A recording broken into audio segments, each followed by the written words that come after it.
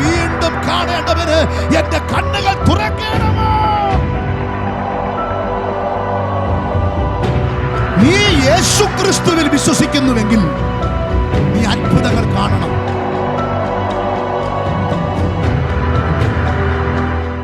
വിശുദ്ധ ലൂക്കോസ് എഴുതിയ സുവിശേഷം 5-ാം അധ്യായം അതിൻ്റെ 5-ാമത്തെ വാക്യമാണ്. അനുഗ്രഹത്തിൻ്റെ കലവറകൾ ഇഷ്ടപ്പെടാത്തവരാരും തന്നെയില്ല. ഒരുപാട് അനുഗ്രഹത്തിനു വേണ്ടി പ്രാർത്ഥിക്കുന്ന ഒരു വ്യക്തിയാണ് ഞാൻ.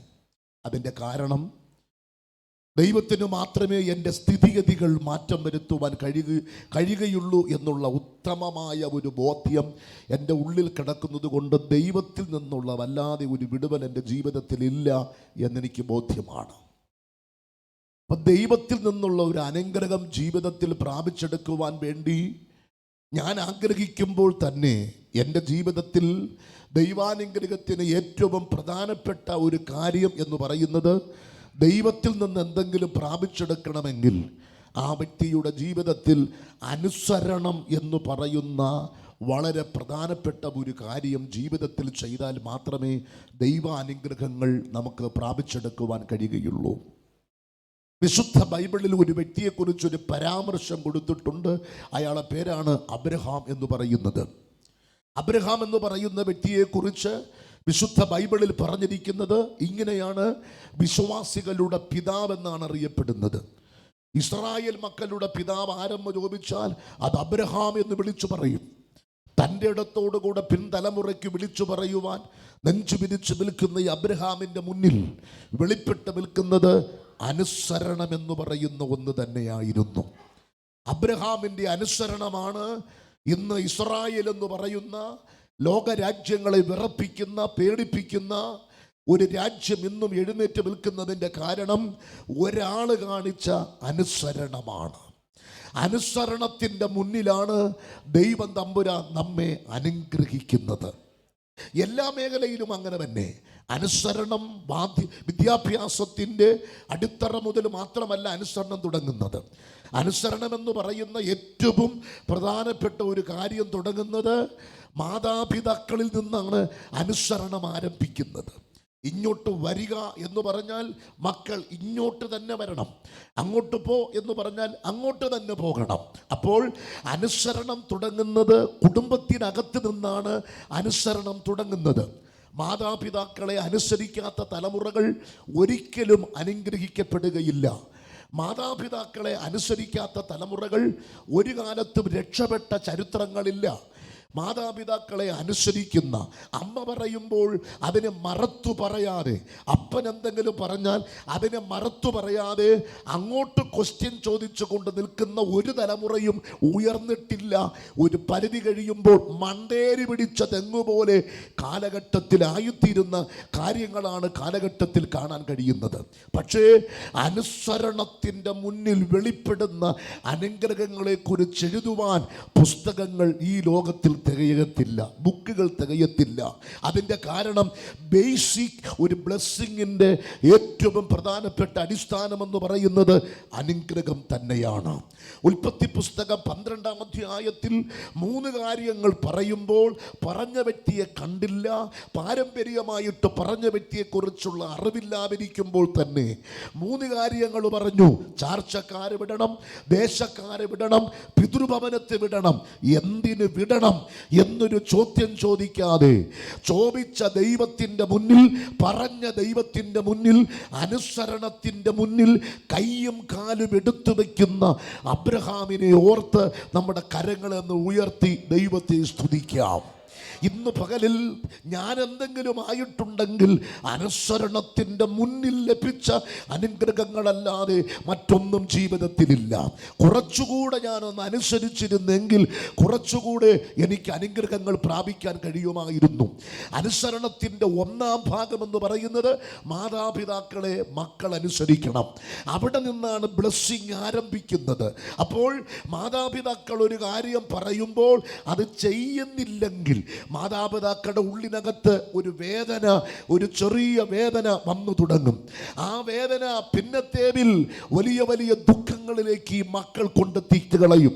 അപ്പോൾ മാതാപിതാക്കളിൽ നിന്നാണ് അനുസരണം ആരംഭിക്കുന്നത്.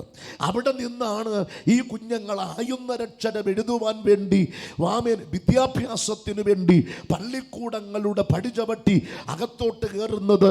ഈ അനുസരണത്തിൻ്റെ ആഴങ്ങളിലൂടെയാണ് കയറി ചെല്ലുന്നത്. വിദ്യാഭ്യാസത്തിനകത്ത് ചെന്ന് കഴിഞ്ഞാൽ അവിടെ പറയുന്ന അധ്യാപകരുടെ വളരെ നിഷ്ഠമായ, വളരെ വ്യക്തമായ, വളരെ വളരെ വളരെ വളരെ ചിട്ടയായിരിക്കുന്ന ഓരോ കാര്യങ്ങൾ, അവിടെ നിന്ന് മുതൽ ഇങ്ങനെ പഠിച്ചു വരുന്നതായ അനുസരണങ്ങൾ. ആ അനുസരണത്തിൽ നിന്നാണ് ഒരു കുഞ്ഞ് വളർന്നു വലുതായി ഭാരത മണ്ണിൽ ഉന്നതമായൊരു വ്യക്തിത്വമായി മാറുന്നത്. അതിന് യാതൊരു സംശയങ്ങളുമില്ല. അപ്പനും അമ്മയും ഇല്ലാത്ത എത്രയോ കുഞ്ഞുങ്ങൾ കണ്ടും കേട്ടും അനുസരണമുള്ളവരായി വളരുന്നു. മാതാപിതാക്കളില്ലാത്ത, അപ്പം നഷ്ടപ്പെട്ട പലരും അനുസരണത്തോടുകൂടെ വളർന്നു വന്ന അനുഭവങ്ങളെ ഞാൻ കണ്ടിട്ടുണ്ട്. എൻ്റെ വ്യക്തിപരമായ ജീവിതത്തിൽ ഒരുപാട് കാര്യങ്ങൾ ഞാൻ തന്നെ അനുസരണമുള്ളവനായി എൻ്റെ ജീവിതത്തിൽ തീർന്നിട്ടുണ്ട്. അമ്മ ഉപദേശിക്കാത്തതും അപ്പൻ ഉപദേശിക്കാത്തതും ടീച്ചേഴ്സ് പറഞ്ഞു പഠിപ്പിക്കാത്തതുമായ ഒരുപാട് കാര്യങ്ങൾ എൻ്റെ വ്യക്തിപരമായ ജീവിതത്തിൽ അത് പാടില്ലെന്ന് പറഞ്ഞ് ഞാൻ തന്നെ തീരുമാനമെടുത്ത് എൻ്റെ അകത്തളത്തിൽ നിന്നുള്ള അനുസരണത്തിൻ്റെ മുന്നിൽ ഇറങ്ങിത്തിരിച്ചതിൻ്റെ ബന്ധത്തിലുള്ള ഒരുപാട് അനുഗ്രഹങ്ങൾ ജീവിതത്തിൽ പ്രാപിച്ചെടുത്തിട്ടുണ്ട്. എപ്പോഴും അനുസരണം പഠിപ്പിക്കാൻ ഒരു വടിയുമായി നമ്മുടെ മുന്നിൽ നിൽക്കുന്നവനല്ല ദൈവം. നമ്മൾ അറിഞ്ഞ് അനുസരണം പഠിക്കണം, നമ്മൾ അറിഞ്ഞ് ജീവിക്കണം, നമ്മൾ അറിഞ്ഞ് മുന്നോട്ട് പോകണം. അത് വേണ്ടെന്ന് പറഞ്ഞാൽ വേണ്ട തന്നെ, അത് ചെയ്യേണ്ടെന്ന് പറഞ്ഞാൽ ചെയ്യരുത്, അത് തുടരുതെന്ന് പറഞ്ഞാൽ തുടരുത്. അപ്പോൾ ജീവിതത്തിൽ എപ്പോഴും വടിയും പിടിച്ചു നിൽക്കുന്ന ഒരു അപ്പനും, ജീവിതത്തിന്റെ വടിവിൽ എപ്പോഴും വടിയും പിടിച്ചു നിൽക്കുന്ന ഒരു അധ്യാപകനും, എപ്പോഴും വടിയും പിടിച്ചു നിൽക്കുന്ന ഒരു ദൈവവും നമ്മുടെ മുമ്പിൽ എപ്പോഴും കാണുകയില്ല. ജീവിതത്തിന്റെ സാഹചര്യത്തിന്റെ തലങ്ങളിലൂടെ, മുള്ളുകളിലൂടെ, വേദനകളിലൂടെ, വിവിധ സാഹചര്യങ്ങളിലൂടെ കടന്നു പോകുമ്പോൾ തുടരുത്, പിടിക്കരുത്, ചവിട്ടരുത്, നോക്കരുത് എന്ന് പറയുന്ന ഒരുപാട് കാര്യങ്ങളുണ്ട്. അതെല്ലാം നമ്മിൽ നിന്ന് അടിസ്ഥാനമിട്ട് വളരുന്ന അനുസരണത്തിലൂടെയാണ് ആ വിടുതലുകൾ പ്രാപിച്ചെടുക്കുന്നത്. KSRTCയുടെ വണ്ടിയിൽ എഴുതി വെച്ചിട്ടുണ്ട്, കൈയും തലയും പുറത്തിടരുത് എഴുതി വെച്ചിട്ടുണ്ട്. അഥവാ നീ തല വെളിയിലിട്ടാൽ നിന്നെ ആടിക്കും എന്നൊന്നും ഇവിടെ എഴുതിയിട്ടില്ല. ഇനി അത് ചെയ്യേണ്ടത് എന്താണ്? അവരവർ തന്നെ മനസ്സിലാക്കി അത് രണ്ട് കാര്യങ്ങളും ചെയ്യരുത്. ചെയ്താൽ അതിൻ്റെ ദോഷഫലങ്ങൾ ഉണ്ടാകും. ജോസഫ് പോത്തിഫറിന്റെ ഭവനത്തിൽ നിന്ന് ഓടുമ്പോൾ ജോസഫിന്റെ അപ്പൻ കൂടെ ഇല്ല, ജോസഫിന്റെ അമ്മയില്ല, സഹോദരങ്ങളില്ല. മക്കളെ, ആ തെറ്റ് ചെയ്യരുത് എന്ന് പറയാൻ, ആ സ്ത്രീയുടെ ആ വശീകരണത്തിനകത്ത് നീ ആയി പോകരുതെന്ന് പറയാൻ ഒരപ്പനും അമ്മയും ഇല്ലാത്ത സാഹചര്യത്തിൻ്റെ നടുവിൽ താൻ തന്നെ അനുസരണമുള്ളവനായി മാറി. കരങ്ങൾ ഉയർത്തി ദൈവത്തെ സ്തുതിക്കണം. ആമേൻ. അതുകൊണ്ട് എപ്പോഴും അനുസരണത്തിൻ്റെ കാര്യങ്ങൾ പറഞ്ഞുകൊണ്ടിരിക്കുന്ന ഒരു ദൈവമല്ല നമ്മുടെ ദൈവം. ബേസിക്കായിട്ട് നമുക്ക് തന്നിരിക്കുന്ന അനുസരണത്തിൻ്റെ ഓരോ കാര്യങ്ങളും ഓർമ്മിച്ച് ജീവിതത്തിൽ അത് കൃത്യമായി നിഷ്ഠയോടെ മുന്നോട്ട് കയറി നമ്മൾ മുന്നോട്ട് പോയി കഴിഞ്ഞാൽ ഉറപ്പായിട്ടും നമ്മൾ അനുഗ്രഹിക്കപ്പെടും. അതിന് യാതൊരു സംശയങ്ങളുമില്ല. അതുകൊണ്ട് അനുസരണത്തിൻ്റെ മുഖപുത്രയായി നിൽക്കുന്ന അബ്രഹാം, നോക്കൂ, ഞാൻ വായിച്ച വേദഭാഗത്തിലോട്ട് വന്ന് നമുക്കിതിന് ക്ലോസ് ചെയ്യാം. അതിനു മുമ്പ് ഉൽപ്പത്തിയിലോട്ട് എനിക്ക് കയറിയേ പറ്റത്തുള്ളൂ. 12-ാം അധ്യായത്തിൽ തന്നെ വിളിക്കുന്ന ദൈവത്തെ മുൻപരിചയമില്ലാത്ത അബ്രഹാം, അശരീരി ശബ്ദം തേജോമനനായ ദൈവം ആകാശമണ്ഡലത്തിൽ നിന്നുകൊണ്ട് അബ്രഹാമിനെ വിളിക്കുമ്പോൾ ഈ ശബ്ദം ഏതെന്ന് തിരിച്ചറിയാൻ കഴിയാതെ നിൽക്കുന്ന അബ്രഹാം, ഒന്നാമത്തെ വിളിയുടെ മുന്നിൽ ആരാണ് വിളിച്ചു എന്ന് തിരിച്ചറിയാൻ കഴിയാതെ നിൽക്കുന്ന അബ്രഹാം, രണ്ടാമത്തെ വിളിയിൽ തലയിൽ ചുമ്മിക്കൊണ്ടിരിക്കുന്ന ദൈവങ്ങളാണോ വിളിക്കുന്നത് എന്ന് തിരിച്ചറിയാൻ കഴിയാതെ നിൽക്കുന്ന അബ്രഹാം, മൂന്നാമത്തെ ദൈവവിളിയുടെ ശബ്ദത്തിന്റെ മുന്നിൽ അബ്രഹാം അറിയാതെ വാതുറന്നു, എന്താണ് ദൈവമേ? ഇന്ന് പകൽക്കാലം യേശുവിന്റെ നാമത്തിൽ 24 മണിക്കൂറും സംസാരിക്കുന്ന ഒരു ദൈവത്തെയാണ് നീ ആരാധിച്ചു കൊണ്ടിരിക്കുന്നത്. പുറപ്പാട് പുസ്തകത്തിൽ ഇങ്ങനെ വായിക്കുന്നു, നീ വലത്തോട്ട് തിരിയുമ്പോൾ, നീ ഇടത്തോട്ട് തിരിയുമ്പോൾ വഴി ഇതാണോ മകനെ എന്ന് പറയുന്നൊരു ശബ്ദം നിന്റെ പുറകിൽ നിന്ന് നീ കേൾക്കും. അതിൻ്റെ അർത്ഥം അനുസരണത്തോടുകൂടെ ദൈവസന്നിധിയിൽ ജീവിക്കുന്ന ഒരുവന് നിയന്ത്രിക്കുന്ന ദൈവത്തിൻ്റെ ശബ്ദത്തിൻ്റെ തരംഗങ്ങൾ ഇന്നും നിന്നുപോയിട്ടില്ല എന്ന് ആത്മമണ്ഡലത്തിൽ വെളിപ്പാട് ഞാൻ വിളിച്ചു പറയുമ്പോൾ, കർത്താവേ, നീ എന്തു പറഞ്ഞാലും അനുസരിക്കാൻ തയ്യാറാണ് എന്ന് പറയുവാൻ, എന്ന് സമർപ്പിക്കുവാൻ കഴിവുള്ളവർ എത്ര പേരിന്ന് പകൽക്കാലം ഇതിനകത്തുണ്ട്? ചുരുക്കി ഞാൻ പറയാം, അബ്രഹാം അനുസരണത്തിന് വേണ്ടി ഏൽപ്പിച്ചു കൊടുത്തു. മൂന്നാമത്തെ ശബ്ദം കേട്ടപ്പോൾ അബ്രഹാം അറിയാതെ എന്തോ എന്ന് വിളി കേട്ടു. വിളി കേട്ട അബ്രഹാമിനോട് തേജോമനനായ ദൈവം പറയുന്ന ഒരു വാക്കാണ്, നിന്റെ ചാർച്ചക്കാരെ നീ വിടണം, നിന്റെ പിതൃഭവനത്തെ നീ വിടണം, നിന്റെ സ്വദേശത്തെ നീ വിടണം.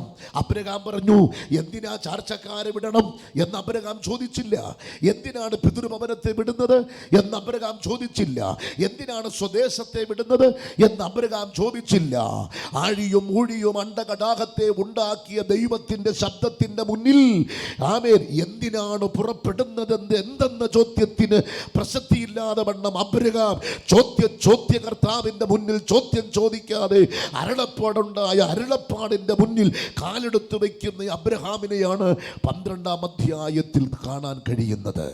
അവിടുന്ന് അനുസരണത്തിന്റെ മുന്നിൽ ഇറങ്ങിത്തിരിക്കുന്ന അബ്രഹാം ഉൽപ്പത്തി പുസ്തകം 22-ാം അധ്യായത്തിൽ വരുമ്പോൾ ആമേൻ അനുസരണത്തിന്റെ കാതലായ ഭാഗം എന്ന് പറഞ്ഞാൽ അനുഗ്രഹത്തിന്റെ കാതലായ ഭാഗത്തിന്റെ മുന്നിൽ, അനുസരണം എന്ന് പറയുന്ന ഒറ്റ കാര്യത്തിന്റെ മുന്നിൽ വന്നു വീഴുന്ന ബ്ലെസ്സിങ്ങിനെ മുന്നിൽ കണ്ടുകൊണ്ട് അബ്രഹാമിനോട് ദൈവം പറയുന്നൊരു വാക്കാണ്, നിന്റെ ഏകജാതനായ മകനെ എനിക്ക് യാഗമായി തരണമെന്ന് ദൈവം അബ്രഹാമിനോട് പറയുകയാണ്. ശ്രദ്ധിക്കുക, എന്തു പറഞ്ഞാലും അനുസരിക്കുന്ന അബ്രഹാം. വെട്ടാൻ പറഞ്ഞാൽ വെട്ടും, കുത്താൻ പറഞ്ഞാൽ കുത്തും, പോകാൻ പറഞ്ഞാൽ പോകും, ഇരിക്കാൻ പറഞ്ഞാൽ ഇരിക്കും, നിൽക്കാൻ പറഞ്ഞാൽ നിൽക്കും, അവിടെ പോകരുതെന്ന് പറഞ്ഞാൽ പോകില്ല. എന്താണോ പറയുന്നത് അത് അനുസരിക്കുന്ന ഒരു അബ്രഹാം. ഇത് ഇരിക്കാൻ പറഞ്ഞാൽ നിൽക്കും, നിൽക്കാൻ പറഞ്ഞാൽ ഇരിക്കും, പോകലെന്ന് പറഞ്ഞാൽ പോകും. അനുസരണം കെട്ട ദുഷ്ടതയുടെ തലമുറയുടെ ദുരാത്മാക്കൾ കയറിക്കിടക്കുന്ന അടുത്ത തലമുറയെ പിശാചു വശീകരിച്ച് നാശലോകത്തും അറുപശാലയിലേക്കും പിശാച് കടത്തിവിട്ടുകൊണ്ടിരിക്കുമ്പോൾ ഓർത്തോളണം, അനുസരണക്കേടിന്റെ ആത്മാവ് ഇപ്പോഴേ ഈ തലമുറയിൽ വ്യാപരിച്ചു കൊണ്ടിരിക്കുമ്പോൾ എൻ്റെ മേൽ വ്യാപരിക്കുന്നത് അനുസരണത്തിന്റെ ആത്മാവാണോ അനുസരണക്കേടിന്റെ ആത്മാവാണോ എന്ന് താങ്കൾക്ക് തിരിച്ചറിയാം. ഒന്നുകിൽ അറുപശാല അല്ലെങ്കിൽ മറ്റൊരു അനുഗ്രഹത്തിന്റെ കവാടം നിനക്ക് വേണ്ടി ദൈവം തുറന്നു വെച്ചിട്ടുണ്ട്. ആ ഭൂതാത്മമണ്ഡലത്തിൽ ഏറ്റെടുത്ത് ആരാധിക്കുന്ന ദൈവജനം ഇന്ന് പകൽക്കാലം ഇവനകത്ത് മിണ്ടാതിരിക്കരുത്. അനുസരണത്തിന്റെ മുന്നിൽ സമർപ്പിക്കുന്ന അബ്രഹാം. ഞാൻ നിങ്ങളോട് ശക്തമായൊരു കാര്യം പറയാം. ഇന്ന് ഇവിടെ വന്നിരിക്കുന്ന ഓരോ തല എണ്ണി എണ്ണി ഞാൻ പറയുന്നു, എന്തെങ്കിലും പ്രാപിച്ചിട്ടുണ്ടെങ്കിൽ അത് ബ്ലെസ്സിങ്ങിലൂടെ, അനുസരണത്തിലൂടെയാണ് നമ്മൾ പ്രാപിച്ചിട്ടുള്ളത്. കരങ്ങൾ ഉയർത്തി സ്തോത്രം ചെയ്യാം. ആരാധനയ്ക്ക് വാ എന്ന് പറയുമ്പോൾ, ആരാധനയ്ക്ക് ഞാൻ വരുന്നില്ല എന്ന് പറയുമ്പോൾ ഓർത്തോണം, അപകടം മണത്ത് കഴിഞ്ഞിരിക്കുകയാണ്. അപകടം മണത്ത് കഴിഞ്ഞിരിക്കുന്നു. ഇന്നല്ല, വരാൻ പോകുന്ന 25 വർഷത്തിന് ശേഷം വരാൻ പോകുന്ന അപകടത്തിൻ്റെ മരണം എന്ന്, ഇന്നെന്ന് പറയുന്ന വർത്തമാനകാലത്ത്, നാളെ എന്ന് പറയുന്ന ഭാവി 25 വർഷം കഴിയുമ്പോൾ ആരാധനയ്ക്ക് വാ എന്ന് പറയുമ്പോൾ, ആരാധനയ്ക്ക് ഞാൻ വരുന്നില്ല എന്ന് പറഞ്ഞാൽ നാളെ മടക്കാൻ പോകുന്ന അപകടത്തിൻ്റെ മരണമല്ല, നാളെ മടക്കാൻ പോകുന്ന തകർച്ചയുടെ മരണമല്ല, പിന്നെ 25 വർഷം കഴിയുമ്പോൾ വരാൻ പോകുന്ന അപകടത്തിന്റെ മരണങ്ങൾ. ഓ അടയാ ഭൗഡാപക്ഷസി, അനുസരണക്കേടിന്റെ പിന്നിൽ പതിയിരിക്കുന്ന പൈശാചിക ശക്തിയുടെ വിഷദ്രാവങ്ങൾ ആത്മമണ്ഡലത്തിൽ പിരിച്ചറിഞ്ഞ് ദൈവകൃപ ഏറ്റെടുത്ത് ആരാധിക്കുന്ന തലമുറകളാണ് ഇന്നിന്റെ മണ്ണിലെ അനുഗ്രഹത്തിന്റെ തലമുറകളായി മാറുന്നത്. ഇന്ന് പകൽക്കാലം ദൈവകൃപയുടെ ആഴത്തിൽ നിന്നുകൊണ്ട് ഞാൻ വിളിച്ചു പറയാം, ഇന്ന് പകൽ എങ്ങനെയുണ്ട് അനുസരണങ്ങൾ. ഓ കാൽവരിയുടെ രക്തത്താൽ ജയം, അബ്രഹാമിന്റെ പ്രത്യേകത എന്ന് പറഞ്ഞു കഴിഞ്ഞാൽ ഇരിക്കാൻ പറഞ്ഞാൽ അവിടെ ഇരിക്കും, നിൽക്കാൻ പറഞ്ഞാൽ അവിടെ നിൽക്കും, വെട്ടാൻ പറഞ്ഞാൽ വെട്ടും, പുറപ്പെടാൻ പറഞ്ഞാൽ പുറപ്പെടും, എന്തു പറഞ്ഞാലും കേൾക്കുന്ന അബ്രഹാം. കരങ്ങൾ ഉയർത്തി സ്തോത്രം ചെയ്താട്ടെ. അനുസരിക്കാൻ അബ്രഹാം തയ്യാറായപ്പോൾ അനുസരണത്തിന്റെ മുന്നിൽ അനുസരിക്കുന്ന ഒരു ദൈവം. എത്ര പേർ അത് വിശ്വസിക്കുന്നു? ഞാൻ അനുസരിക്കാൻ തയ്യാറായാൽ ഞാൻ പറയുന്ന കാര്യങ്ങളും കൃത്യസമയത്ത് അനുസരണത്തോടു കൂടെ എനിക്ക് വേണ്ടി ചെയ്തു വരുന്നവനായ ഒരു ദൈവം എന്ന് പറഞ്ഞാൽ മനസ്സിലായില്ല. 1 രാജാക്കന്മാരുടെ പുസ്തകം 17-ാം അധ്യായം ദൈവം പറയുന്നു, കൊട്ടാരത്തിനകത്ത് കയറി പ്രവചിച്ചു കൊണ്ടിരിക്കുന്ന ഏലിയാവിനോട് ദൈവം പറയുന്നു, പടിയിറങ്ങ് ഏലിയാവേ, കെരീത്തിൽ തോട്ടിപ്പോയി ഒളിച്ചിരിക്കുക. ശ്രദ്ധിക്കുക, വെഞ്ചാമര കട്ടിൽ കിടന്നുറങ്ങി നല്ല മനോഹരമായ ബ്രിട്ടാന് ഭോജനം കൊടുത്ത് കയ്യിൽ ഇഷ്ടം പോലെ വാരി പൈസ കൊടുക്കാൻ, പൈസകൾ ഇഷ്ടം പോലെ കൊടുക്കത്തക്ക വിധത്തിലുള്ള സ്വോത്ര കാഴ്ചകൾ വാരി വാരി എടുക്കത്തക്ക വിധത്തിലുള്ള കൊട്ടാര സൗധങ്ങളിലുള്ള പ്രവചന ശബ്ദങ്ങൾ മുഴക്കിക്കൊണ്ടിരിക്കുന്ന ഏലിയാവ് അങ്ങനെയുള്ള ഒരുത്തനല്ലെന്ന് എനിക്കറിയാം. പക്ഷേ ഞാൻ ആ ഭാഗം പൂർത്തീകരിക്കുന്നത് ഇങ്ങനെയാണ്. കൊട്ടാരത്തിനകത്താണ് പ്രവചിക്കുന്നത്. ഒരു പ്രവാചകന്റെ ഏറ്റവും വലിയ ഒരു ഭാഗ്യ പദവി എന്ന് പറയുന്നത് കൊട്ടാരത്തിനകത്ത് കയറി പ്രവചിക്കുന്നതാണ്. അതൊരു വലിയ ഭാഗ്യ പദവിയായി ഞാൻ കാണുകയാണ്. ഈ രാജ്യത്തിലെ ഉന്നതന്മാരുടെ, രാഷ്ട്രപിതാക്കന്മാരുടെ, മുഖ്യമന്ത്രിമാരുടെ, അല്ലെങ്കിൽ രാജ്യതലവന്മാരുടെ, അല്ലെങ്കിൽ രാജ്യത്തിന്റെ രാജാക്കന്മാരുടെ അവരുടെ കൊട്ടാരങ്ങളിൽ ചെന്ന് പ്രവചിക്കുക എന്ന് പറഞ്ഞാൽ അത് അസാധ്യമായ ഒരു കാര്യമാണ്. പക്ഷെ ദൈവത്താൽ അത് സാധ്യമാണെങ്കിൽ, അത് സാധിച്ചെങ്കിൽ അത് ദൈവത്തിന്റെ ഒരു അനുഗ്രഹം തന്നെയാണ്. അത്ര ഉയർന്ന പൊസിഷനിൽ നിൽക്കുന്ന കൊട്ടാരത്തിൽ പ്രവചിക്കുന്ന ഏലിയാവിനോട് ദൈവം തമ്പുരാൻ പറയുന്നു, ഇറങ്ങ്. എവിടെന്ന്? കൊട്ടാരത്തിൽ നിന്ന് ഇറങ്ങി കെരീത്തിൽ തോട്ടിൽ പോയിരിക്കുവാൻ ദൈവം അവൻ ഏലിയാവിനോട് പറയുമ്പോൾ, കെരീത്തിൽ കിടക്കാൻ സ്ഥലമില്ല, അവിടെ മുള്ളുകൾ കൊണ്ട് നിറയപ്പെട്ടതാണ്, കുറ്റിക്കാടാണ്, അവിടെ പഴുമാരയും തേളും പാമ്പും അവിടെയുണ്ട്, അവിടെ കുടിക്കാൻ നല്ല വെള്ളമില്ല. കെരീത്തിൽ തോടുണ്ടെങ്കിലും ആ തോട്ടിലെ നല്ല വെള്ളം എന്ന് പറയാൻ പറ്റത്തില്ല. അങ്ങ് മുകൾ ഭാഗത്ത് നിന്ന് പശുവിനെ കുളിപ്പിക്കുന്നവരുണ്ട്, അലക്കുന്നവരുണ്ട്. അലക്കിയ വെള്ളം ഒഴുകി വരുന്ന ഭാഗത്തിലൂടെ എന്തിന് ചത്ത പാമ്പുകൾ ആ കെരീത്തി തോട്ടിലുണ്ട്. ഇതിലൂടെ ഒഴുകി വരുന്ന വെള്ളം കുടിക്കുക എന്ന് പറഞ്ഞാൽ കൊട്ടാരത്തിനകത്ത് കയറി ശുദ്ധിയുള്ള വെള്ളം, നല്ല വിഐപികൾ കുടിക്കുന്ന, രാജാവ് കുടിക്കുന്ന വെള്ളം കുടിച്ച്, നല്ല മനോഹരമായ ചായ കുടിച്ച്, നല്ല മൃട്ടാന ഭോജനം കഴിക്കുന്ന ഏലിയാവിനോട് ദൈവം പറയുന്നു, ഇറങ്ങ്. ഇറങ്ങാൻ പറഞ്ഞപ്പോൾ കൊട്ടാരത്തിൽ നിന്ന് ഞാൻ ഇറങ്ങത്തില്ലെന്ന് ഏലിയാവ് പറയുന്നില്ല. ഏലിയാവിനോട് ദൈവം എന്തു പറഞ്ഞു അത് ഏലിയാവ് അനുസരിച്ചു. ഇറങ്ങാൻ പറഞ്ഞു, ഇറങ്ങി. എവിടെ പോകണം? കൊട്ടാരത്തിൽ നിന്നിറങ്ങി കെരീത്തിൽ പോയി കുറ്റിക്കാട്ടിൽ ഒളിച്ചിരുന്ന് കെരീത്തിലെ വെള്ളം കുടിച്ചു കൊള്ളണം. നിങ്ങളും ആലോചിക്കൂ, അനുസരണത്തിന്റെ മുന്നിൽ ചിലപ്പോൾ അനുസരിക്കാൻ പറ്റാത്ത സാഹചര്യമാണെങ്കിലും നീ അനുസരിച്ചു കഴിഞ്ഞാൽ വരാൻ പോകുന്ന അനുഗ്രഹം എന്ന് പറയുന്നത് നിന്റെ കണ്ണുകൊണ്ട് വിശ്വസിക്കാൻ കഴിയാത്തതായിരിക്കും. അവസാനം എന്താ സംഭവിച്ചെന്നറിയാമോ? ഏലിയാവ് ദൈവത്തോട് ചോദിച്ചു, അവിടെ ഒരു കട്ടിലില്ല കിടക്കാൻ, അവിടെ ഒരു കട്ടിലില്ല. കാരണം പ്രവചിച്ചത് എവിടെയാണ്? കൊട്ടാരത്തിനകത്ത് കയറി പ്രവചിച്ച ഏലിയാവിന് വേണമെങ്കിൽ ചോദിക്കാം, എൻ്റെ ഭാഷയിൽ വേണമെങ്കിൽ ചോദിക്കാം, ദൈവമേ അവിടെ ഒരു കട്ടിലില്ല. ശരിയാണ്, അവിടെ ഒരു കട്ടിലില്ല. ഈ കൊട്ടാരത്തിനകത്ത് ഇഷ്ടം പോലെ കട്ടിലുണ്ട്, ഇവിടെ കിടന്നുറങ്ങിയവനാണ് ഞാൻ, ഇപ്പോൾ എനിക്ക് കട്ടിലില്ല എന്ന് ഏലിയാവിന് വേണമെങ്കിൽ പറയാം. ഏലിയാവ് പറഞ്ഞില്ല. അവിടെ വെള്ളമാര് തരും? ഏലിയാവ് ചോദിച്ചില്ല. ഈ കൊട്ടാരത്തിനകത്ത് കയറി പ്രവചിച്ചു കൊണ്ടിരിക്കുന്ന ഞാൻ എങ്ങനെയാണ് കെരീത്തിലെ കുറ്റിക്കാടിൽ പോയിരിക്കുന്നത്? അവിടെ എനിക്ക് ആഹാരം തരാൻ ആരെങ്കിലും ഉണ്ടോ? ആരുമില്ല. അവിടെ അടുക്കള പാകം ചെയ്യാനുണ്ട്, വീടുണ്ടോ? അവിടെ കട്ടിലുണ്ടോ? മേശയുണ്ടോ? അവിടെ വെളിച്ചമുണ്ടോ? ഇതൊന്നും ഏലിയാവ് ചോദിച്ചില്ല. ദൈവം എന്തു പറഞ്ഞു അതനുസരിച്ചുകൊണ്ട് കെരീത്തിലോട്ട് ഇറങ്ങിച്ചെല്ലുന്ന ഏലിയാവിനെ ദൈവം മൃഷ്ടാന് ഭോജനം കൊടുത്ത് ദൈവം അനുഗ്രഹിക്കുകയാണ്. അനുസരണത്തിന്റെ മുന്നിൽ അടങ്ങുന്ന വിശപ്പുകൾ. അനുസരണത്തിന്റെ മുന്നിൽ അടങ്ങുന്ന വിശപ്പുകൾ. അനുസരണത്തിന്റെ മുന്നിൽ നിന്റെ വയറൊട്ടിയിരിക്കുമ്പോൾ അനുസരണത്തിന്റെ മുന്നിൽ നിന്റെ വയറ് നിറയ്ക്കുന്ന ദൈവം ഇന്ന് പകൽക്കാലം പ്രാർത്ഥിച്ച് ആരാധിച്ചു കയറിക്കോ. അനുസരണമില്ലാത്ത തലമുറയുടെ വയറൊട്ടി കിടക്കുമ്പോൾ അനുസരണമുള്ള തലമുറയുടെ വയറിനെ നിറയ്ക്കുന്ന സർവശക്തനായ ദൈവം അനുസരണത്തിന്റെ മുന്നിൽ വയറ് നിറയ്ക്കുന്ന ദൈവത്തെയാണ് നമുക്ക് കാണാൻ കഴിയുന്നത്. എലിയാവിന്റെ വയറൊട്ടിയില്ല. എലിയാവിനോട് ചോദിക്കുക, താങ്കൾ എന്താ കഴിച്ചത്? എലിയാവ് പറയും, ഞാൻ കഴിച്ചത് 5 സ്റ്റാർ ഫുഡാണ് ഞാൻ കഴിച്ചത്. അപ്പവും മട്ടൻ കറിയും ഞാൻ കഴിച്ചു. അതിനേക്കാൾ ശ്രേഷ്ഠമുള്ള ആഹാരം ഞാൻ കഴിച്ചു. എലിയാവിനോട് ചോദിക്കുക, താങ്കൾക്ക് ആരാ തന്നത്? ആരെയാണോ ഞാൻ അനുസരിച്ചത് അവൻ എനിക്ക് തന്നു. എത്ര പേർക്ക് തൻ്റെ ഇടത്തോടുകൂടെ ഇന്ന് പകൽക്കാലം പറയും? അതാണ് ദാവീദ് പറഞ്ഞത്, മനുഷ്യൽ ആശ്രയിക്കുന്നവനേക്കാൾ യഹോവയിൽ ആശ്രയിക്കുന്നവൻ നല്ലത്, പ്രഭുക്കന്മാരിൽ ആശ്രയിക്കുന്നവനേക്കാൾ യഹോവയിൽ ആശ്രയിക്കുന്നതും നല്ലത്. ആരെയാണോ അനുസരിച്ചത് അനുസരിച്ചവൻ വയറ് നിറച്ച ആഹാരം നൽകി. ഇസ്രായേൽ മക്കൾ 430 വർഷമെടുത്തു കനാനിലെത്താൻ. അനുസരിച്ച തലമുറകളെ വാരിക്കോരി ദൈവം അനുഗ്രഹിച്ചു.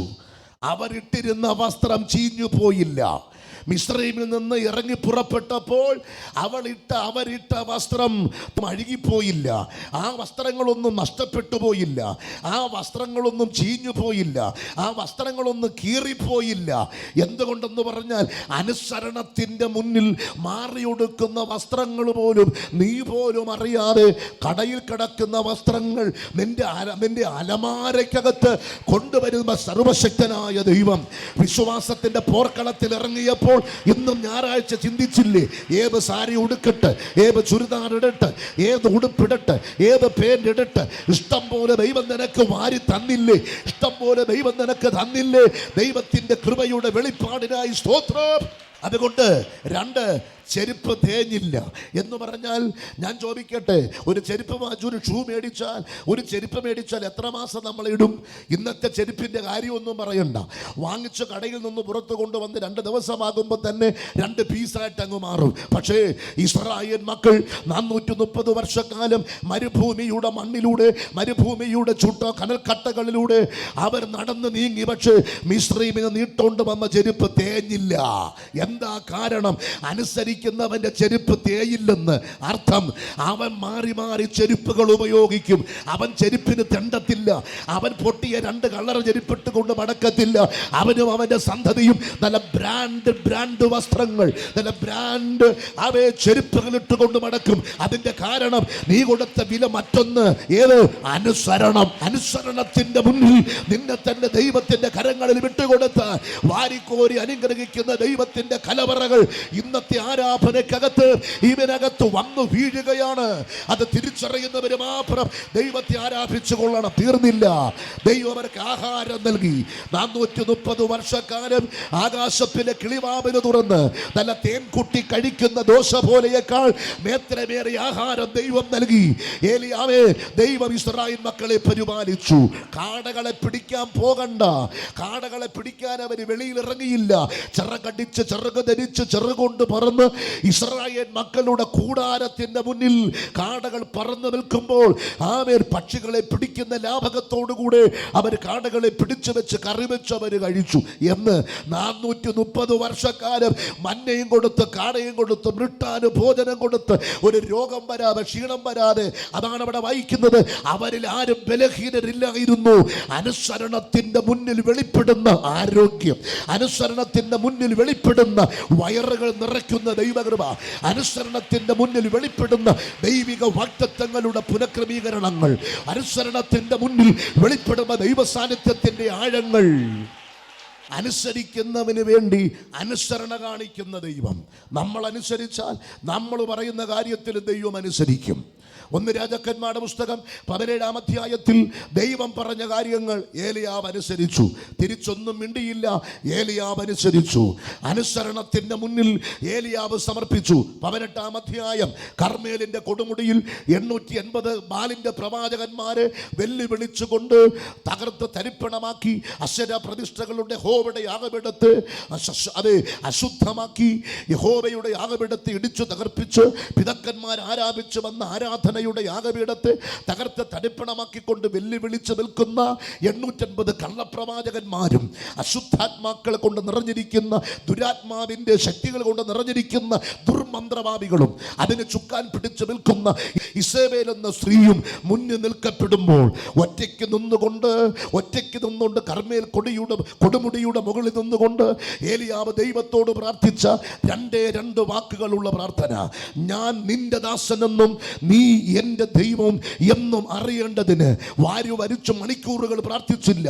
അനുസരണത്തോടുകൂടെ ജീവിതയാത്ര ചെയ്യുന്ന, ദൈവം പറയുന്ന കാര്യങ്ങൾ അനുസരിച്ച് മുന്നോട്ട് പോകുന്ന ഒരു ദൈവത്തിൻ്റെ ബൈബില് വാരി വരിച്ചു കീറി പ്രാർത്ഥിക്കേണ്ട കാര്യമൊന്നുമില്ല. വളരെ മണിക്കൂറെടുത്ത് പ്രാർത്ഥിക്കേണ്ട, ഒറ്റ വാക്ക് പറഞ്ഞാൽ മതി. കാരണം ദൈവത്തിൻ്റെ മുന്നിൽ നീ അനുസരണമുള്ളവനാണെങ്കിൽ നീ പറയുന്ന കാര്യത്തിൽ ദൈവം അനുസരണമുള്ളവനായിരിക്കും. എന്തുകൊണ്ടാണ് ബ്ലെസ്സിംഗ് ഇല്ലാത്തത്? എന്തുകൊണ്ടാണ് വിടുതലില്ലാത്തത്? എന്തുകൊണ്ടാണ് അനുഗ്രഹമില്ലാത്തത്? എന്തുകൊണ്ട് വാഗ്ദത്തമില്ലാത്തത്? ഒരു ചെവി കൊണ്ട് കേട്ട് മറു ചെവി കൊണ്ട് കളയുന്ന നീ വാഗ്ദത്തങ്ങളും വിടുതലുകളും ജീവിതത്തിൽ എടുക്കാൻ കഴിയാത്ത വിലകളിൽ ജീവിതത്തിൽ മുന്നോട്ട് പോകുന്ന ജീവിത മണ്ഡലമേ, പരിശുദ്ധാത്മാവ് ഇടപെടുന്നു. അനുസരണത്തിന് വേണ്ടി കയ്യും കാലും വെച്ച് കൊടുക്കുന്നൊരു തലമുറ. അവസാനം കർമ്മേലിന്റെ കൊടുമുടിയിൽ നിന്നുകൊണ്ട് ഏലിയാവ് വിളിച്ചു പറയുന്ന ഒരു വാക്കാണ്, ഞാൻ നിന്റെ ദാസനെന്നും നീ എൻ്റെ ദൈവമാണെന്നും അറിയേണ്ടതിന് ഇവിടെ തീ ഇറക്കണമേ എന്ന് പറഞ്ഞ് വാ അടയ്ക്കും മുമ്പേ ആകാശത്തുനിന്ന് തീ ഇറങ്ങി. എങ്ങനെ ഇറങ്ങി? ഏലിയാവ് ചോദിച്ചു, ദൈവം അനുസരിച്ചു. ഏലിയാവ് ദൈവത്തോട് പറഞ്ഞു, ദൈവം അത് ചെയ്തു കൊടുത്തു. കാരണം ദൈവം ഏലിയാവിനോട് പറഞ്ഞു, ഏലിയാവ് അത് ചെയ്തു കൊടുത്തു. ഏലിയാവ് ചെയ്യാൻ തയ്യാറായപ്പോൾ ദൈവം തയ്യാറായി. ദൈവം പറഞ്ഞ ഏലിയാവ് ചെയ്യാൻ തയ്യാറായപ്പോൾ ഏലിയാവ് പറയുന്നതും ദൈവം ചെയ്യാൻ തയ്യാറായി. ദൈവത്തിന്റെ അനുസരണമില്ലാത്ത നീ ദൈവത്തോട് പ്രാർത്ഥിച്ചത് കൊണ്ടൊന്നും ദൈവം അനുസരിക്കില്ല. ഈ കാലഘട്ടത്തിലൊന്നും ദൈവിക അനുഗ്രഹങ്ങളൊന്നും നിന്റെ കുടുംബത്തിനകത്ത് വന്നു വീടില്ല. ആദ്യം നീ ദൈവത്തെ അനുസരിക്കണം. ദൈവത്തെ നീ അനുസരിച്ചാൽ ദൈവം നീ പറയുന്ന കാര്യത്തിൽ അനുസരണമുള്ളവനായി മാറും. അവസാനത്തൊരു ഭാഗവും കൂടെ പറഞ്ഞ് പ്രാർത്ഥിപ്പാൻ ഞാൻ ആഗ്രഹിക്കുകയാണ്. ഉൽപ്പത്തി പുസ്തകം 22-ാം അധ്യായത്തിൽ ചുംബിച്ചു കൊതി തീർന്നിട്ടില്ല, എടുത്തു കൊതി തീർന്നില്ല, ചുംബിച്ചു കൊതി തീർന്നില്ല, എടുത്തോണ്ട് നടന്നു കൊതി തീർന്നില്ല, തറയിൽ വയ്ക്കത്തില്ല, ഉറുമ്പ് കടിക്കും പേടിച്ച്. അത്ര പവിത്രതയോടുകൂടെ 100-ാമത്തെ വയസ്സിൽ കിട്ടിയ കുഞ്ഞിനെ തോളത്തൊട്ട് കൊണ്ട് മാറി മാറി മടക്കുന്ന അബ്രഹാമും സാറായി. ഒരു ദിവസം ദൈവം ചോദിച്ച ചോദ്യമാണ്, അബ്രഹാമേ, നീ സ്നേഹിക്കുന്ന മകനെ നീ എനിക്ക് യാഗമർപ്പിക്കണമെന്ന് പറയുമ്പോൾ അബ്രഹാം പറഞ്ഞില്ല, സ്നേഹിക്കുന്ന ഇസ്ഹാക്കിനെ തരികയില്ല. വേറൊരുത്തനുണ്ടല്ലോ ഇസ്മായേൽ, അവനെ ഞാൻ ആരാധനയ്ക്ക് കൊണ്ടുതരാം, അവനെ യാഗമർപ്പിക്കാം എന്ന് അബ്രഹാം പറഞ്ഞില്ല. അബ്രഹാമിന് പറയാമായിരുന്നു, അതാ ഇസ്മയേൽ ഉണ്ടല്ലോ, ഇസ്മയേലിനെ യാഗമർപ്പിക്കാൻ ഞാൻ തയ്യാറാണ്. കാഗാറിന്റെ ഗർഭത്തിൽ നിന്ന് ഉത്ഭവിച്ചിരിക്കുന്ന ഈ ഇസ്മായിൽ എന്ന് പറയുന്ന പയ്യനെ ഞാൻ നിനക്ക് വേണ്ടി ആരാധനയ്ക്ക് തരാമെന്ന് വേണമെങ്കിൽ അബ്രഹാമിന് പറയാമായിരുന്നു. പക്ഷെ അബ്രഹാം പറഞ്ഞില്ല. എന്ത്? അനുസരണത്തിന് കൈയും കാലും തലയും വെച്ച് സമർപ്പിച്ചിരിക്കുന്ന അബ്രഹാം. ക്രിസ്തീയ ജീവിതത്തിന്റെ ഡിസിപ്ലിൻ അനുസരണം തന്നെയാണ്. കരങ്ങളൊന്ന് ഉയർത്തിയ ദൈവത്തെ സ്തുതിച്ചാട്ടെ. അവസാനം അബ്രഹാം അങ്ങനെയൊന്നും പറഞ്ഞില്ല. അബ്രഹാമിനോട് ദൈവം പറഞ്ഞു, നിന്റെ ഏകജാതനായ മകൻ, നീ സ്നേഹിക്കുന്നവനെ നീ എനിക്ക് യാഗമർപ്പിക്കണമെന്ന് പറഞ്ഞപ്പോൾ അബ്രഹാം പറഞ്ഞു, തരില്ല. 100-ാമത്തെ വയസ്സിൽ കിട്ടിയതാണ്, ഞാൻ നിനക്ക് തരില്ല എന്നൊരു വാക്ക് അബ്രഹാം അവിടെ പറഞ്ഞില്ല. അബ്രഹാം ഒന്നും മിണ്ടിയില്ല. രാവിലെ എഴുന്നേറ്റു.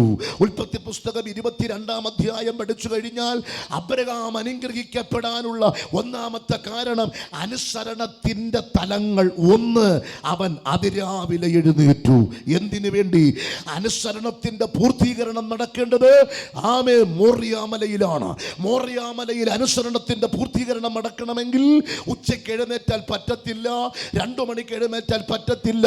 അതിരാവിലെ എഴുന്നേറ്റ അബ്രഹാം പിന്നെ ചെയ്തത് തൻ്റെ കഴുതയ്ക്ക് കോപ്പിട്ട് കൊടുത്തു. എന്ന് പറഞ്ഞു കഴിഞ്ഞാൽ ദൂരയാത്രയ്ക്ക് വേണ്ടി കഴുതയെ ഒരുക്കി. എന്നിട്ട് മുട്ടം വിറകിനെ അബ്രഹാം വെട്ടിക്കീറി കൊത്തി തൻ്റെ മകനുമായി ചേർന്ന് അടുക്കി കഴുതയുടെ പുറത്ത് വെച്ച് കൊടുത്ത് ബാല്യക്കാരുമായി 3 ദിവസത്തെ യാത്രയാണ് അനുസരണത്തിന്റെ പൂർത്തീകരണം എന്ന് പറയുന്നത്. വാഗ്ദത്തങ്ങളുടെ കലവറകളുടെ വിടുതലുകൾ ജീവിതത്തിനകത്ത് വെളിപ്പെട്ടു വരണമെങ്കിൽ നമ്മുടെ സമയങ്ങൾ കൃത്യമായിരിക്കണം. ഇതിനകത്തൊരു ബ്ലെസ്സിങ് ഇറങ്ങുകയാണ്. 3 ദിവസത്തെ യാത്ര, 3 ദിവസത്തെ യാത്ര. ചുമ്മായുള്ള യാത്രയല്ല. രാവിലെ എഴുന്നേറ്റു, ചെറുക്കനെ എഴുന്നേൽപ്പിച്ചു, ചാടി ചെറുക്കൻ എഴുന്നേറ്റു. കാരണം അവനറിയാം ആരാധന എന്തെന്നറിയാം. അപ്പൻ 8 മണിക്ക് എണീറ്റാലും 8 മണിക്ക് അച്ഛനും അമ്മ എണീറ്റാലും പിള്ളേർ എഴുന്നേൽക്കത്തില്ല. എന്താ കാര്യം? ആരാധനയുടെ വെളിപ്പാടില്ല. അപ്പൻ അഭിരാവിലെ എഴുന്നേറ്റപ്പോൾ അപ്പന്റെ കൂടെ മകനും എഴുന്നേറ്റു അഭിരാവിലെ. എന്താ കാര്യം? ആരാധനയുടെ വെളിപ്പാടുള്ള തലമുറ. അപ്പനും അമ്മയും ഒരുങ്ങിയാലും മക്കൾ ഉറങ്ങില്ല, പുതപ്പിനകത്ത് കിടന്ന് ചുരുണ്ട് കിടക്കുന്നില്ലേ? ഏതോ ചില അപകടങ്ങൾ നമ്മൾ വിളിച്ചു വരുത്തുകയാണ്, ഏതോ ചില ശാപങ്ങൾ നമ്മൾ വിളിച്ചു വരുത്തുന്നു. അത് അനുവദിച്ചുകൂടാ. ആ ഉറക്ക പിശാചിനെ വലിച്ചു കീറി നമ്മളോടുകൂടെ ചുവട് വെച്ച് ആരാധിക്കുന്ന ഒരു തലമുറ ഈ കാലഘട്ടത്തിൽ എഴുന്നേൽക്കണം. ഉൽപ്പത്തി പുസ്തകത്തിൽ 22-ാം അധ്യായത്തിൽ നിങ്ങൾ വീട്ടിൽ പോയി വായിക്കണം. ഞാനിപ്പോൾ റെഫറൻസിലോട്ട് കിടക്കുന്നില്ല. അവിടെ ഇങ്ങനെയാണ് എഴുതിയിരിക്കുന്നത്: അബ്രഹാമും തന്റെ മകനും ഒന്നിച്ചു നടന്നു. അബ്രഹാം ഒരു വലത് കാലെടുത്ത് വെക്കുമ്പോൾ ഇടത് കാല് മകനും എടുത്തു വെച്ചു. അബ്രഹാം ഇടത് കാല് മുന്നിലോട്ട് വെച്ചപ്പോൾ ഇസഹാക്കും ഇടത് കാല് മുന്നിലോട്ട് വെച്ചു. ഇത് അപ്പം വലത് കാല് വലത്തോട്ട് വെച്ച മുന്നിലോട്ട് വെച്ചാൽ മോൻ എടുത്തു വലതോട്ട് വെക്കും. എന്താ കാര്യം? അനുസരണമില്ലാത്തൊരു തലമുറ. നമ്മളെന്തിനു പാസ്റ്റർമാരെ കുറ്റം പറയണം? നമ്മളെന്തിന് പ്രവാചകന്മാരെ കുറ്റം പറയണം? നമ്മളെന്തിന് മാതാപിതാക്കളെ കുറ്റം പറയണം? നമ്മളെന്തിന് ഈ സമൂഹത്തോട് കുറ്റം പറയണം? നമ്മളെന്തിന് ഇവിടുത്തെ അധ്യാപകരോട് കുറ്റം പറയണം? ഇവിടുത്തെ ഗുരുക്കന്മാരോട് എന്തിന് കുറ്റം പറയണം? ജീവിതത്തിന്റെ അടിസ്ഥാനപരമായ കാര്യങ്ങളിൽ വരുന്ന വീഴ്ചകൾ അവസാനം എന്താ പറ്റുന്നത്? ജീവിതത്തിന്റെ തലത്തിൽ അപ്പനും മകനും ഒരുമിച്ച് നടന്നു എന്ന് വിശുദ്ധ ബൈബിളിൽ എഴുതിയിട്ടുണ്ട്. അനുസരണം. മക്കളെയല്ല നമ്മൾ അനുസരിക്കേണ്ടത്, മക്കൾ നമ്മളെ അനുസരിക്കണം. നമ്മളെ അവർ അനുസരിപ്പിച്ച് കഴിഞ്ഞാൽ കാര്യം നടക്കത്തില്ല. അപ്പാ എന്തിനാ ഇത്ര രാവിലെ എഴുന്നേൽക്കുന്നത് എന്ന് ചോദിച്ചാൽ പറയണം, മോനെ, മോറിയാ മലയിൽ അനുസരണത്തിന്റെ അനുഗ്രഹങ്ങൾ വെളിപ്പെടണമെങ്കിൽ രാവിലെ എഴുന്നേറ്റാലേ അവിടെ എത്തൂ. അപ്പനും മക്കളും ഒരുമിച്ച് നടക്കുന്ന അനുഗ്രഹം എന്തുവാ പറയുന്നത്? അങ്ങനെയുള്ള ഒരു അപ്പനെ ഒരിക്കലും ആ തലമുറ അനാഥശാലയിലും ഓർഫണേജിലും കൊണ്ട് വിടുകയില്ല എന്ന് ഞാൻ ഗ്യാരണ്ടിയും തരാം. വെളിപ്പാട് കിട്ടിയ തലമുറ അവനാണ് ചോദിക്കുന്നത്. കത്തിയുണ്ട്, വിറകുണ്ട്, യാഗവസ്തു എവിടെ?